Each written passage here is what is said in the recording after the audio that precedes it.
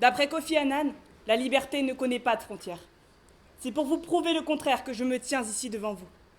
Tout d'abord, nous savons que la liberté s'oppose à la contrainte, à la nécessité, au destin.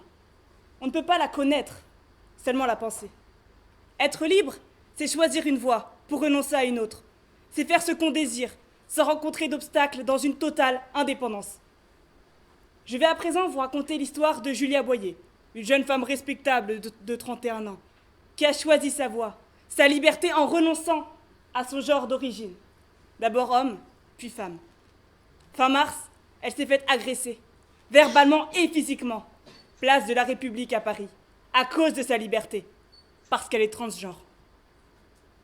D'abord interpellée, puis bloquée, et enfin frappée au visage à de multiples reprises. Par tout un groupe, elle fut bafouée, rejetée, humiliée. Toute la confiance qu'elle avait en elle, ils l'ont détruite. Suite à cette humiliation, Julia a le sentiment d'être constamment fixée, dévisagée, et en vient à ne plus oser s'habiller comme avant, avec des vêtements purement féminins. Elle en vient à ne plus oser être qui elle est vraiment. Cette liberté de penser et d'agir qu'ont eu ses assaillants ont eu raison de la sienne. Elle nous montre ici un aspect fondamental de cette liberté civile, de ses désirs latents. Un aspect que le philosophe Jean-Paul Sartre nous a démontré il y a déjà presque 100 ans. La liberté des uns s'arrête là où commence celle des autres. C'est lorsque nous tous ici avons un droit égal à la liberté que ma liberté est limitée par la vôtre et la vôtre par la mienne. De plus, Jean-Jacques Rousseau a dit « L'homme est né libre, et partout, il est dans les fers ». Il distingue notre liberté personnelle de celle de la collectivité. Car oui, l'homme, en lui-même, est uniquement libre de penser. Prenons un bambin, par exemple. Il peut rêver, imaginer, mais il n'est pas autonome. On le nourrit, le change, le commande. En somme, il est soumis à l'autorité parentale. De la même manière, c'est le cas pour nous tous ici aujourd'hui. Notre être tout entier est commandé par les règles, par les obligations, par les restrictions. Nos fers, ce sont les lois, et nos limites, la société. À aucun d'entre vous, il ne vous viendrait ici à l'idée d'exprimer à voix haute toutes vos pensées, toutes vos envies, peut-être même tous vos péchés. Par respect, par peur, par honte. Dans tous les cas, ne serait-ce pas dû là à la présence d'autrui?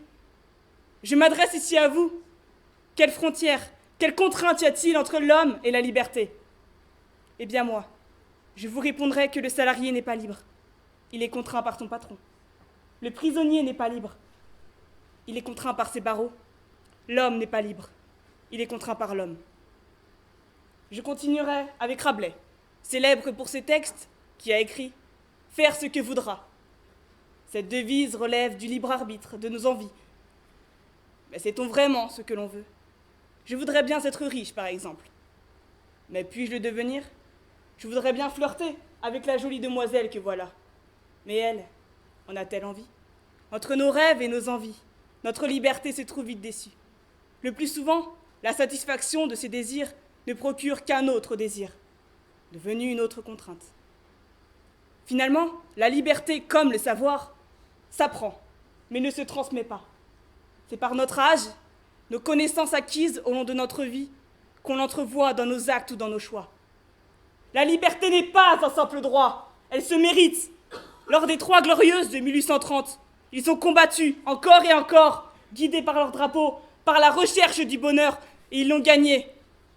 La joie est sans doute l'émotion la plus approchée de la liberté, celle qui, avant même que nous nous en rendions compte, nous emmène loin de ses règles, loin de ses problèmes, tel le vent fait se soulever une plume.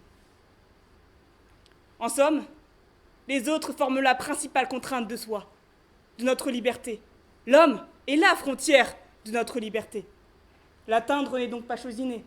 Elle s'obtient par une forte volonté, suivie d'un état d'esprit apaisé, heureux et libre. La voilà, ma définition de la liberté. On ne naît pas libre, on le devient. Et si j'ai pu aujourd'hui, de quelque façon que ce soit, vous émouvoir, vous transmettre de la force à travers mes mots, alors je vous remercie, car ma bataille livrée ici devant vous aura donné lieu à ma liberté.